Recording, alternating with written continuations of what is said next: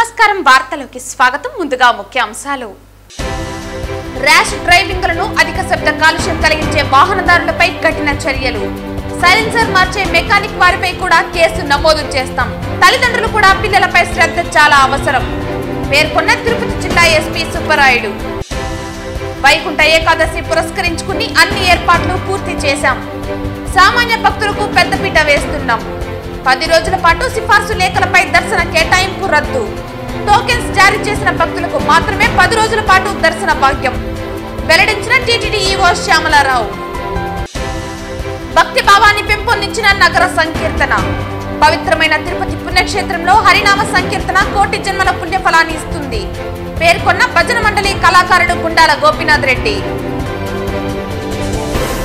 వార్తల్లోని వివరాలు తిరుపతి నగరం నందు బుల్లెట్ వాహనాలకు అధిక శబ్దం వచ్చే విధంగా సైలెన్సర్లు ఏర్పాటు చేసుకుని శబ్ద కాలుష్యాన్ని కలిగిస్తున్నారు వీటిపై నగరంలో స్పెషల్ డ్రైవ్లు నిర్వహించి అధిక శబ్దం కలిగించే బుల్లెట్లను గుర్తించి సీజ్ చేసినటువంటి సైలెన్సర్లను రోడ్డు రోలర్ ద్వారా ధ్వంసం చేయడం జరిగింది అంతేకాకుండా వారి వలన ప్రజలు పడే ఇబ్బందుల గురించి ట్రాఫిక్ పోలీస్ స్టేషన్ ప్రాంగణంలో జరిగిన కార్యక్రమంలో జిల్లా ఎస్పీ సుబ్బరాయుడు వివరించారు ఈ సందర్భంగా జిల్లా ఎస్పీ మాట్లాడుతూ నగరంలో గత కొద్ది రోజులుగా బుల్లెట్ వాహనాలకు 65 డెసిబెల్ కంటే ఎక్కువగా శబ్దం కలిగించే వాహనాలను గుర్తించామని యువత కాలేజీ విద్యార్థులు ఫ్యాషన్ల కొరకు బైకులకు షోరూం నుండి రిజిస్టర్గా వచ్చిన సైలెన్సర్లను మార్చి ప్రజలకు ఇబ్బంది కలిగిస్తున్నారని అన్నారు యువత తన ఆనందం కోసం ఇతరులను ఇబ్బంది పెట్టకూడదని యువత బైక్పై చూపే శ్రద్ధ స్పీడు తన ఉన్నత స్థితికి మార్గమైన చదువుపై ఆ శ్రద్ధ స్పీడు చూపితే భవిష్యత్తు బంగారు బాట అవుతుందన్నారు శబ్ద కాలుష్యం వలన మోటారు వాహన చట్టానికి వ్యతిరేకంగా అతిక్రమించడానికి అవుతుందని అధిక మోతాదులో శబ్దం వచ్చే విధంగా సైలెన్సర్లు అమర్చుకోరాదని అన్నారు దాని వలన శబ్ద కాలుష్యం అధికంగా ఉండటం వలన రోడ్డుపై ప్రయాణించే ప్రజలు భయభ్రాంతులకు లోనవుతున్నారని అన్నారు ఇందులో మీ చెల్లెలు అక్కలు తల్లిదండ్రులు కూడా ఉండవచ్చునని అలాగే నివాసాలలో ఉన్నవారు కూడా చాలా ఇబ్బందికర వాతావరణాన్ని ఎదుర్కొంటున్నారని అన్నారు మన చుట్టూ ఎన్నో హాస్పిటల్స్ స్కూల్స్ దేవాలయాలు ఇంకా సున్నితమైన ప్రదేశాలు ఉన్నాయని ఈ అధిక శబ్దం వలన వాటికి భంగం కలగకూడదన్నారు రిజిస్టర్ ప్రకారం వాహనానికి వచ్చిన సైలెన్సర్లను మార్చకండని దయచేసి తల్లిదండ్రులు కూడా గమనించి ముచ్చట పడకుండా బాధ్యత వహించాలన్నారు మోటార్ సైకిల్ నడిపే ప్రతి ఒక్కరూ కూడా వారి ఇంట్లో కూడా వృద్ధులు అనారోగ్యంతో ఉన్నవారు పసిపిల్లలు ఉంటే వారికి సైలెన్సర్ శబ్దం వల్ల ఎంత ఇబ్బంది కలిగే విధంగా ఉంటుందో ఒక్కసారి గుర్తించాలన్నారు మనం ఇతరులకు కలిగించే హాని మనకు ఇతరుల వల్ల హాని జరిగితే ఎలా ఉంటుందో ఊహించండి ప్రేమైనా ఒక్కటే ప్రాణమైనా ఒక్కటే ఏది కోల్పోయినా తిరిగి రాదని ర్యాష్ డ్రైవింగ్ ఫ్యాషన్లపై ఉన్న శ్రద్ధ మీ ఎదుగుదల మీద చూపించండి ప్రయోజకులు అవుతారని పేర్కొన్నారు జిల్లా పోలీస్ యంత్రాంగం అన్ని విధాలుగా అవగాహన కార్యక్రమాలు జరుపుతూ ఉంటుందని బుల్లెట్ వాహనాలు రేస్ బైకులు కొనుగోలు చేసే వారి తల్లిదండ్రులను గుర్తించి వారికి త్వరలో కౌన్సిలింగ్ కూడా ఇవ్వడం జరుగుతుందన్నారు వాహనదారులు ధ్వని కాలుష్యం అతిక్రమణకు పాల్పడకుండా ప్రజలు యువత ట్రాఫిక్ పోలీసు వారికి సహకరించాలని అందరూ సురక్షితంగా ప్రయాణించే విధంగా ఉండాలని కోరుతున్నామన్నారు గత కొంతకాలంగా ఎంవీ యాక్ట్ని అతిక్రమించి శబ్ద కాలుష్యాన్ని కలిగిస్తూ ఎక్స్ట్రా ఫిట్టింగ్స్ని వెహికల్స్కి పెట్టుకొని అదేవిధంగా పరిమితికి మించి సౌండ్ వచ్చే విధంగా సైలెన్సర్స్ని బిగించడం జరిగింది వాటిపై గత కొంతకాలంగా రైడ్స్ చేసి ఆ సైలెన్సర్ అన్నింటినీ కూడా సీజ్ చేయడం జరిగింది ఆ సైలెన్సర్ని ఎంవీ యాక్ట్ ప్రకారం కమిటీ వేసి వాటన్నిటినీ కూడా డిస్మాంటిల్ చేయడం జరిగింది ఈ ప్రెస్ మీట్ ద్వారా తిరుపతి పట్టణంలో ఉన్న వాహన వినియోగదారులకు ఎంవీ యాక్ట్ ప్రకారం పరిమితికి మించి లేకుండా ఎంవీ యాక్ట్ ప్రకారం మాత్రమే మీరందరూ కూడా వెహికల్స్ని వాడాలి శబ్ద కాలుష్యాన్ని పెంచి రాత్రిపూట వాటితో సౌండ్ చేయడం వల్ల చాలామందికి నిద్రాభంగం కలిగే ప్రమాదం ఉంది అదేవిధంగా పక్కన వెహికల్ వ్యక్తి కూడా భయపడి తన వెహికల్ కంట్రోల్ పోయే ప్రమాదం ఉంది కాబట్టి ఇటువంటి వెహికల్స్ని ఆల్రెడీ మొన్న కొన్ని వెహికల్స్ని ఎక్స్ట్రా ఫిట్టింగ్స్ ఉన్నప్పుడు సీజ్ చేయడం కూడా జరిగింది రైడ్స్కి వాడే వెహికల్స్ సో అందరికీ కూడా మీరందరూ ఎంవీ యాక్ట్ ఫాలో అయ్యి మీరు భద్రంగా ఉండాలి పక్క వ్యక్తిని కూడా సురక్షితంగా ప్రయాణించే విధంగా ఉండాలని తెలియజేస్తున్నాను అదేవిధంగా ఇటీవల కాలంలో తిరుపతి పట్టణం మరియు తిరుపతి జిల్లాలో సుప్రీంకోర్టు హైకోర్టు గైడ్లైన్స్ ప్రకారం అందరూ కూడా ఎంవీ యాక్ట్ ఫాలో అయ్యే విధంగా హెల్మెట్స్ ధరించే విధంగా ఎక్కువగా అవేర్నెస్ ప్రోగ్రామ్స్ ఎన్ఫోర్స్మెంట్ చేయడం జరుగుతుంది ప్రజలందరూ కూడా మీ భద్రత కోసమే మేము చెప్తున్నాం. మీరు భద్రంగా ఉంటే మీ కుటుంబం భద్రంగా ఉంటుంది, సమాజం భద్రంగా ఉంటుంది, సురక్షితంగా ఉంటుంది. కాబట్టి అందరూ ఎంవీ యాక్ట్ ఫాలో అవ్వండి, రోడ్డు రూల్స్ను ఫాలో అవ్వండి, హెల్మెట్ని ధరించడం తెలియజేస్తున్నాం. తెలంగాణ ప్రజాప్రతినిధుల సిఫార్సు లేఖలపై దర్శనం కేటాయింపు నిర్ణయం తీసుకున్నట్లు సోషల్ మీడియాలో వస్తున్న వార్తలు అవాస్తవమని టీటీడీఓ శ్యామలారావు స్పష్టం చేశారు. తిరుమలలోని అన్నమయ్య భవన్లో డైల్ యువర్ ఈవో కార్యక్రమం నిర్వహించారు. తిరుమలలోని అన్నమయ్య భవన్లో నిర్వహించిన డైల్ యువర్ ఈవో కార్యక్రమం అనంతరం మీడియాతో మాట్లాడుతూ సోషల్ మీడియాలో జరుగుతున్న ప్రచారాన్ని ఖండించారు. తెలంగాణ ప్రజాప్రతినిధుల సిఫార్సు లేఖలను స్వీకరిస్తున్నట్లు వస్తున్న వార్తలు నిజం కాదని అన్నారు. వారానికి 2 రోజులు తెలంగాణ ప్రజాప్రతినిధుల లేఖలు స్వీకరిస్తారని, కేవలం సోషల్ మీడియాలో జరుగుతున్న ప్రచారం మాత్రమేని స్పష్టం చేశారు. తెలంగాణ ప్రజాప్రతినిధుల సిఫార్సు లేఖలపై ఎలాంటి నిర్ణయం తీసుకోలేదని తెలిపారు. ఇక వైకుంఠ ద్వార దర్శనం కొరకు భక్తులు క్యూ లైన్లో ఎక్కువ సమయం వేచి ఉండాల్సిన అవసరం లేకుండా భక్తులకు టైం స్లాట్ టోకెన్లు జారీ చేస్తామన్నారు. 1.40 లక్షల 300 ప్రత్యేక ప్రవేశ దర్శనం టికెట్లను డిసెంబర్ 24న ఆన్లైన్లో విడుదల చేశామన్నారు. శ్రీవారి దర్శన టికెట్లు జనవరి 10న 1500, మిగిలిన 9 రోజులకు 2000 టికెట్లు మరియు గదుల కోటాను డిసెంబర్ 23న ఆన్లైన్లో విడుదల చేశామని తెలిపిన ఆయన, ఆ టికెట్లను పొందిన భక్తులకు మహాలఘు దర్శనం మాత్రమే ఉంటుందన్నారు. సామాన్య భక్తుల సౌకర్యార్థం జనవరి 8 నుంచి 11వ తేదీ వరకు దాతలకు గదుల కేటాయింపు ఉండదన్నారు. మిగతా రోజుల్లో దాతలు యథావిధిగా గదులు బుక్ చేసుకోవచ్చని తెలిపారు. తిరుపతిలోని 8 కేంద్రాల్లో 87 కౌంటర్లు, తిరుమలలో 4 కౌంటర్లు కలుపుకుని మొత్తం 91 కౌంటర్ల ద్వారా టోకెన్లు మంజూరు చేస్తామన్నారు. జనవరి 10, 11, 12వ తేదీలలో సంబంధించి మొదటి 3 రోజులకు జనవరి 9న ఉదయం 5 గంటల నుండి 1.20 లక్షల టోకెన్లు జారీ చేస్తామని తెలియజేశారు. మిగిలిన 7 రోజుల టికెట్లను ఒక్కరోజు ముందు భూదేవి కాంప్లెక్స్, శ్రీనివాసం, విష్ణు నివాసంలో టోకెన్లు జారీ చేస్తామన్నారు. సర్వదర్శనం టోకెన్లు కలిగిన భక్తులు తమకు కేటాయించిన సమయానికి తిరుమలకు వచ్చి స్వామివారి దర్శనం చేసుకోవాలని విజ్ఞప్తి చేశారు. గోవిందమాల భక్తులు కూడా దర్శన టోకెన్లు పొంది దర్శనానికి రావాల్సి ఉంటుందన్నారు. దర్శన టోకెన్లు గల భక్తులను మాత్రమే తిరుమల శ్రీవారి దర్శనానికి అనుమతించడం జరుగుతుందని తెలిపారు. వైకుంఠ ఏకాదశి సందర్భంగా 2025 జనవరి 10 నుంచి జనవరి 19వ తారీఖు దాకా అన్ని రకాల ఏర్పాట్లు కూడా భక్తులకు ఎటువంటి అసౌకర్యం కలగకుండా చేస్తున్నాము. ఇప్పటికే ఎస్ఈడి టోకెన్లు ఆన్లైన్లో, శ్రీవాణి టోకెన్లు కూడా ఆన్లైన్లో ఇవ్వడం జరిగింది. ఎస్ఈడి టోకెన్లు 1,45,000, శ్రీవాణి టోకెన్లు జనవరి 10న 1,500, మిగిలిన రోజుల్లో 2,000 టికెట్లు రోజుకి ఇవ్వడం జరిగింది. దాతలు కూడా ఆన్లైన్లో దర్శనం చేసుకున్న వాళ్ళకి ఎస్ఈడి క్యూ లైన్ ద్వారా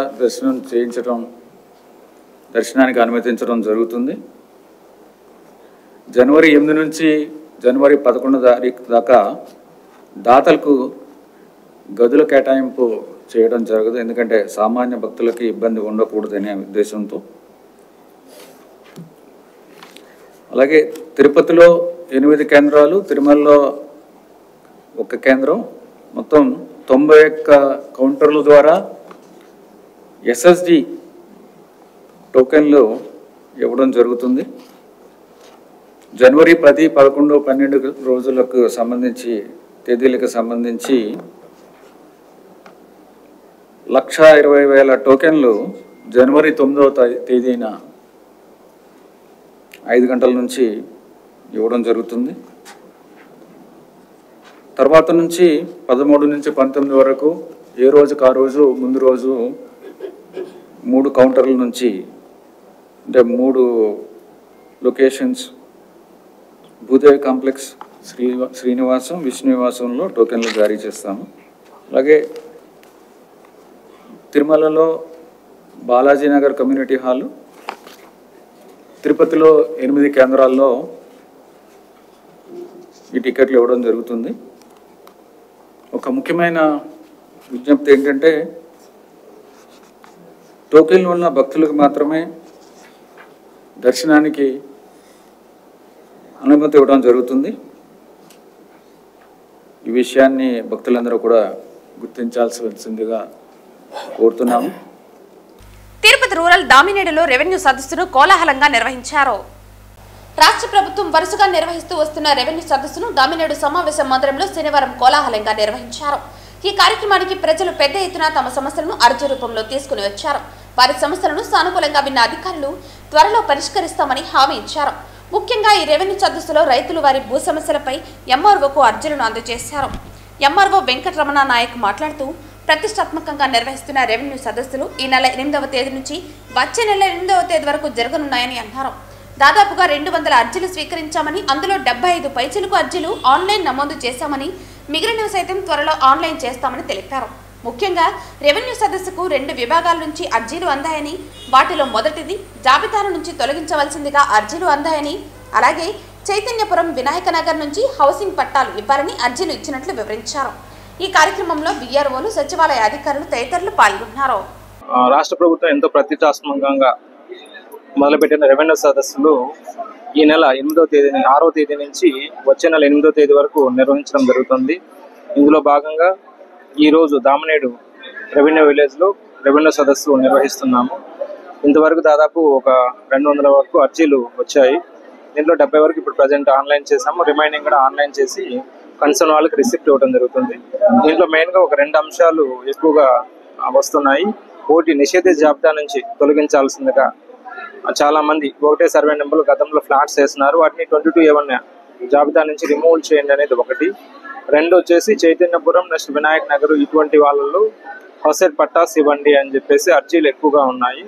వీటి మొత్తం ఎంక్వైరీ చేసి డీటెయిల్గా రిపోర్ట్ పంపించేసి దానిపైన తదుపరి చర్యలు తీసుకోవడం జరుగుతుందని చెప్పేసి తెలియపరుస్తున్నాం. మనకు టైమింగ్ లిమిట్స్ ఉంటుంది. ప్రతి ఒక్క అర్జీకి మినిమం 30 days ఉంటుంది. 30 days, 45 days, 60 days అట్లా అర్జీని బేస్ చేసుకుని టైమింగ్ ఉంటుంది. ఆ టైం లిమిట్స్ లోపల మనం ఎంక్లోజ్ చేస్తాం. శ్రీ స్వామి హతిరాంజీ మఠం యొక్క 90% ఆస్తులు సంఘ వ్యతిరేక శక్తులచే ఆక్రమించబడ్డాయని, మరియు చాలా కేసులు కోర్టుల ముందు పెండింగ్ లో ఉన్నాయని, అందువల్ల మఠం ఆస్తులను కాపాడేందుకు తక్షణమే తిరుపతిలోని శ్రీ హతిరాంజీ మఠానికి ట్రస్ట్ బోర్డు ఏర్పాటు చేయాలని తెలంగాణ మాజీ పార్లమెంటు సభ్యులు సీతారాం నాయక్ విజ్ఞప్తి చేశారు. మీరు కుడివైపున చూస్తే ఉత్తరానికి హాతీరాం బావాజీ కనబడుతున్నారు. ఆ హాతీరాం బావాజీ ఇప్పటికీ చాలామందికి అతని అసలు పేరు కానీ అసలు ఏ జాతి కానీ కొంత అనుమానంలో ఉన్నారు. వాళ్ళు అటువంటి వాళ్లకు ఒక వినతితో పాటు ప్రభుత్వానికి కూడా విన్నపం చేస్తూ ఉన్నారు. ఏడుకొండల వారికి బాలాజీగా నామకరణం చేసినటువంటి వ్యక్తి, పరమభక్తుడు, ప్రధాన పూజారి. ఇప్పటికి కూడా ఆయన మఠం నుంచి హారతి వచ్చినాక ఇక్కడ ఉదయం పూజలు జరుగుతున్న విషయం మన అందరికీ తెలుసు.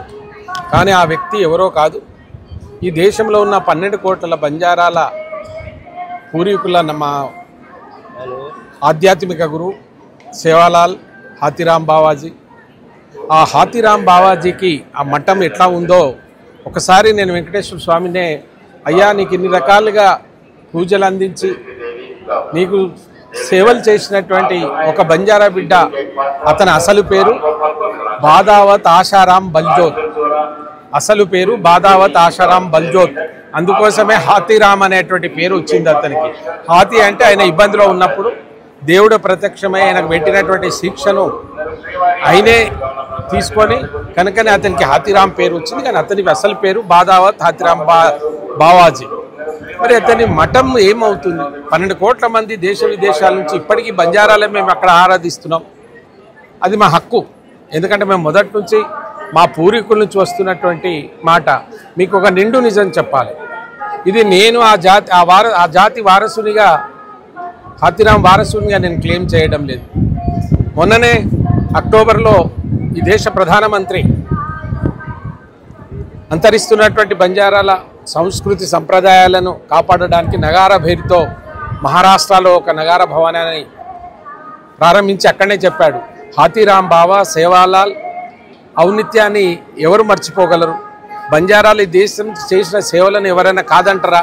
మరి అంత గొప్ప మహనీయులు ప్రధానమంత్రి సాక్షిగా నిలిచారు హాతీరాం బావాజీ బంజారాని. పోయినటువంటి ఐవి సుబ్బారావు, ఇక్కడ ఉండేటువంటి జానారెడ్డి, రఘువీరారెడ్డి గారు ఇచ్చినటువంటి లెటర్స్ ఉన్నాయి. ఆ ట్రస్ట్కి బంజారాలనే ట్రస్ట్ బోర్డు చైర్మన్ చేయండి. గతంలో కూడా మఠం చైర్మన్ పేరుతోటి లచ్చిరామ్ నాయక్ని నియమించినటువంటి చరిత్ర ఉంది. వారు ఇక్కడనే మొన్న స్వర్గస్థులైన సంగతి కూడా నాకంటే మీకు ఎక్కువ తెలుసు. కనుక చివరిగా అయ్యా స్వామి గారు, అదేవిధంగా రాష్ట్ర ప్రభుత్వాన్ని కోరుతా ఉన్నాను, మీరు వెంటనే పెండింగ్లో ఉండేటువంటి ఆ చైర్మన్, ఆ బోర్డును ఉద్ధరించండి. ఆ మాంతులేంటో మరి అప్పుడు ఆ రోజుల్లో ఎవరికి తెలియదు కావచ్చు, వాళ్ళు ఇక్కడ వచ్చి ఉన్నారేమో. కానీ హాతీరాం బావ ఒక బంజారా బిడ్డగా, వారి వారసులంగా మేము దాన్ని కొనసాగించాలి. మేము ముఖ్యమంత్రి పదవులు అడుగుతలేము, మాకే పదవులు వద్దు సార్. ఆయనను పూజించుకుంటే అవకాశం ఇవ్వండి. అక్కడికి వస్తే ఏముందో చూడండి, ఏ స్థాయిలో ఉందో చూడండి. అక్కడికి పోతే బాధ అనిపిస్తుంది. మీకు భక్తులైనటువంటి పరమభక్తుడైనటువంటి హాతీరాం బావాజీ మఠం ఆ విధంగా ఉండడం మంచిగా లేదన్న ఉద్దేశం తప్ప నాకు వేరే ఏం లేదు. కనుక దాన్ని పునరుద్ధరించాలి. హాతీరాం బావాజీ ధర్మవ్యాప్తి చైర్మన్గా నేను అటు దేవుణ్ణి ఇటు రాష్ట్ర ముఖ్యమంత్రి చంద్రబాబు నాయుడు గారిని కోరుతా ఉన్నాను. వెంటనే ఆ పెండింగ్లో ఉన్నటువంటి బోర్డును పునరుద్ధరించండి. దాని ద్వారానే వెంకటేశ్వర స్వామిని ఇంకింత పైకి ప్రచారంకు తీసుకుపోయే అవకాశం దేశ విదేశాల్లో ఉన్న బంజారాలకు 12 కోట్ల బంజారాలకు ఇవ్వాలని కోరుతూ ముగిస్తా ఉన్నాను. శనివారం ఉదయం వీఐపీ విరామ సమయంలో తిరుమల శ్రీ వెంకటేశ్వర స్వామి వారిని పలువురు ప్రముఖులు దర్శించుకుని మొక్కులు చెల్లించుకున్నారు. శనివారం ఉదయం వీఐపీ విరామ సమయంలో ఏపీ బీసీ సంక్షేమ శాఖ మంత్రి సవిత, జాతీయ మానవ హక్కుల commission chairperson Sayani Vijayabharathi, Guntakal MLA Gummanur Jayaram వేరువేరుగా తిరుమల శ్రీ వెంకటేశ్వర స్వామివారి సేవలో పాల్గొని మొక్కులు చెల్లించుకున్నారు. దర్శన అనంతరం రంగనాయకుల మండపంలో వేద పండితులు వేద ఆశీర్వచనం అందించగా ఆలయ అధికారులు స్వామివారి తీర్థ ప్రసాదాలు అందజేశారు. అందరికీ నమస్కారం. ఈరోజు కలియుగదయం స్వామి వెంకటేశ్వర స్వామి గారి దర్శనం బాగా జరిగింది. మరి అదేవిధంగా ఈ రాష్ట్రం బాగుండాలి, మా మాన్యశ్రీ ముఖ్యమంత్రి చంద్రబాబు నాయుడు గారికి ఆయుష్యాలు ఇస్తూ భక్తాదులందరితోనూ కొంతమందితో భక్తాదులతో కూడా మాట్లాడాం. భక్తాదులు కూడా ఇప్పుడు వసతులు చాలా బాగున్నాయి. ఇక్కడ భోజన వసతి కావచ్చు, ఇక్కడ వసతి కావచ్చు, అన్నీ బాగున్నాయి. సదుపాయాలు కూడా తొందరగా దర్శనాలు కూడా అవుతున్నాయి. ముందులాగా గంటల తరబడి ఇబ్బందికరంగా లేదని కూడా భక్తాదులు కూడా చాలామంది చెప్పారు. ఓం నమో వెంకటేశాయ. శ్రీహరి కొలువైన తిరుపతి నగరంలో ఆయనకు ఎంతో ఇష్టమైన ధనుర్మాసంలో భజన మండలి కళాకారులు మరింత భక్తిభావాన్ని పెంచుతున్నారు. ఏడాదిగా నగరంలోని భజన కళాకారులు ప్రతి శనివారం నగర సంకీర్తన చేస్తున్నారు. అందులో భాగంగా ధనుర్మాసం 2వ శనివారాన్ని పురస్కరించుకుని నేడు గోవిందరాజస్వామి ఆలయం నుంచి మేళ తాళాలు, మంగళ వాయిద్యాల నడుమ గోవిందనామ సంకీర్తన ఆలపించారు. దాదాపు 100 మంది కళాకారులు ఈ భజన కార్యక్రమంలో పాల్గొని నగరానికి మరింత భక్తి శోభను తీసుకొచ్చారు. పవిత్రమైన తిరుపతి పుణ్యక్షేత్రంలో హరినామ సంకీర్తన కోటి జన్మల పుణ్యఫలాన్ని ఇస్తుందని భజన మండలి కళాకారులు గుండాల గోపీనాథ్ రెడ్డి అన్నారు. ఈ భజన కార్యక్రమంలో చంద్రబాబు నాయుడు, మునినాథన్ రెడ్డి, రాజశేఖర్ రెడ్డి, మోహన్ రెడ్డి, వాసుదేవ్ రెడ్డి తదితర భక్తులు పాల్గొన్నారు. మేము గత సంవత్సరం నుండి ఈ శనివారము నగర సంకీర్తన ప్రారంభించాము. పూర్తి కావస్తున్నది. ఈ నగర సంకీర్తన ఈ ధనుర్మాసం నందు అధికంగా భక్తులు పాల్గొని ధనుర్మాసం జయప్రదం చేయవలసి కోరుతున్నాము. ధనుర్మాసం భజన చేయడంతో చాలా పుణ్యము ఫలితం లభించను. కావున అందులో ఈ పర్యటనను పాల్గొనవచ్చు. ప్రతి శనివారం 15 గంటలకి శ్రీ గోపీనాథ్ గారి ఆధ్వర్యంలో నగర సంకీర్తన జరుగుతుంది. ఇప్పుడు రానుగా జనాలు కూడా పెరుగుతున్నారు. అలాగే ఈ నగర సంకీర్తనకి చాలా అరుదుగా అన్నీ జరుగుతాయి. మళ్ళీ ఈ నగర సంకీర్తన అయిపోయిన తర్వాత జనాలకి ప్రసాదం కూడా ఇస్తారు. ఆ ప్రసాదం తీసుకోవాల్సిందిగా కోరుతున్నాం. అలాగే రోజుకి పెరుగుతుంది, వారం కూడా జనాలు పెరుగుతున్నారు. ఈ ఆదరణ ఇలాగే ఉండాలనేసి కోరుకుంటున్నాం. ఈ తిరునగరిలో ప్రతి శనివారం జరిగేటువంటి నగర సంకీర్తన కార్యక్రమం, అందున ధనుర్మాసంలో శనివారం రోజున ఈ భగవన్నామ సంకీర్తనలు చేస్తూ నగర సంకీర్తన చేస్తూ ఈ తిరుపతి వాసులు దీంట్లో పాల్గొనడం కూడా మహద్భాగ్యంగా, కీర్తనంతోనే మోక్షం ప్రాప్తిస్తుందనేటువంటి ఉద్దేశంలో ధనుర్మాసంలో నగర సంకీర్తన చేయడం ఎంతో విశేషమైనది. మహానుభావులు నడయాడినటువంటి ఈ తిరువీధుల్లో ఈ నగర సంకీర్తన చేయడం అనే భాగ్యం కల్పించినందుకు రాయలసీమ రంగస్థల కళాకారులందరికీ కూడా ధన్యవాదాలు తెలియజేస్తూ మరింత విస్తృతంగా ప్రతి శనివారం జరగబోయేటువంటి ఈ నగర సంకీర్తనలో నగరవాసులు పాల్గొని ధన్యులు కావడానికి ప్రతి శనివారము వేకోజామున జరిగే నగర సంకీర్తనలో భాగంగా ఈరోజు కూడా ఉదయం 4:15 నగర సంకీర్తన ప్రారంభమైంది. అందులో ముఖ్యంగా ఈ ధనుర్మాసంలో గోవిందనామ సంకీర్తన చేస్తే ఎంతో పుణ్యం దక్కుతుంది. కాబట్టి తిరుపతి నగర ప్రజలందరూ కూడా ఈ గోవిందనామ సంకీర్తనలో పాల్గొనాలని మరి వేడుకుంటున్నాం. గోవిందనామ సంకీర్తన చేస్తే మనసు ఉల్లాసంతో పాటు మన పూర్వజన్మలో చేసుకున్న పాపాలను కూడా తొలగించే గొప్ప అవకాశము మనకుంటుంది. ముఖ్యంగా ఏడుకొండల స్వామి పాదాల చెంత మనం ప్రతిరోజు శనివారము గోవిందనామ సంకీర్తన చేయడం మనం పూర్వజన్మలో చేసుకున్న పుణ్యఫలంగా భావిస్తూ ప్రతి ఒక్కరూ ప్రతి శనివారము గోవిందనామ సంకీర్తనలో పాల్గొని ఈ కార్యక్రమం జయప్రదం చేయవలసిందిగా కోరుకుంటున్నాం. తిరుపతి పెద్దకాపు వీధిలోని శ్రీ రామభజన మందిరం నందు ఉదయం 5 గంటల నుంచి 8 గంటల వరకు శ్రీ రామనామ కీర్తనను ఆలపించారు. ఈ సందర్భంగా రాములవారి చిత్రపటానికి పూజలు నిర్వహించి భక్తులకు ప్రసాదాలు పంచిపెట్టారు. ఉభయదారులుగా యాలమరిగిరి దంపతులు పూజాది కార్యక్రమాలు నిర్వహించారు. ఈ సందర్భంగా భజన మండలి సభ్యులు మాట్లాడుతూ అతి పవిత్రమైన ధనుర్మాసంలో నెల రోజుల పాటు ఆలయాల్లో పూజలు నిర్వహించి భజనలు చేయటం వలన వైకుంఠ ప్రాప్తి లభిస్తుందని అనేక పురాణాల్లో ఉందని గుర్తు చేశారు. ఈ ధనుర్మాసంలో ప్రతిరోజు జరిగే ఈ భజన కార్యక్రమంలో నగర ప్రజలు పాల్గొనాలని పిలుపునిచ్చారు. ఈ కార్యక్రమంలో చిన్నబ్బ, లక్ష్మీదేవమ్మ, వెంకటనారాయణ, మునికృష్ణయ్య, బాలసుబ్రహ్మణ్యం, సుబ్బారెడ్డి తదితరులు పాల్గొన్నారు. పెద్దకాపు వీధిలోని భజన మందిరం నందు మునికృష్ణయ్య గారి ఆధ్వర్యంలో ధనుర్మాసంలో పూర్తిగా ప్రతిరోజు భజన జరుగును. ఈ ధనుర్మాసం నందు ప్రతి భజన మందిరం నందు భజన చేయట ఆనవాయితీ. ఆ ప్రకారంగా ఇక్కడ ఈ నెల పూర్తిగా భజనలు చేసి ప్రసాద వితరణ చేస్తారు. ఇది ప్రతి సంవత్సరం జరుగుతున్న విషయం. ఇది ప్రతి గ్రామంలోనూ ప్రతి పట్టణంలోనూ భజనలు చేసే అలవాటు ఉంది.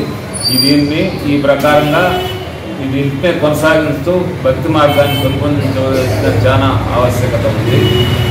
వార్తలు ముగించే ముందు ముఖ్యాంశాలు మరోసారి. ర్యాష్ డ్రైవింగ్లను అధిక శబ్ద కాలుష్యం కలిగించే వాహనదారులపై కఠిన చర్యలు. సైలెన్సర్ మార్చే మెకానిక్ వారిపై కూడా కేసు నమోదు చేస్తాం. తల్లిదండ్రులు కూడా పిల్లలపై శ్రద్ధ చాలా అవసరం పేర్కొన్న తిరుపతి జిల్లా ఎస్పీ సుబ్బరాయుడు. వైకుంఠ ఏకాదశి పురస్కరించుకుని అన్ని ఏర్పాట్లు పూర్తి చేశాం. సామాన్య భక్తులకు పెద్దపీట వేస్తున్నాం. 10 రోజుల పాటు సిఫార్సు లేఖలపై దర్శన కేటాయింపు రద్దు. టోకెన్స్ జారీ చేసిన భక్తులకు మాత్రమే 10 రోజుల పాటు దర్శన భాగ్యం వెల్లడించిన టీటీడీ ఈవో శ్యామలారావు. భక్తి భావాన్ని పెంపొందించిన నగర సంకీర్తన. పవిత్రమైన తిరుపతి పుణ్యక్షేత్రంలో హరినామ సంకీర్తన కోటి జన్మల పుణ్యఫలాన్ని ఇస్తుంది పేర్కొన్న భజన మండలి కళాకారుడు గుండాల గోపీనాథ్ రెడ్డి. ఈ వార్తలు ఇంతటితో సమాప్తం. తిరిగి వార్తల్లో మళ్ళీ కలుద్దాం. అంతవరకు సెలవు. నమస్కారం.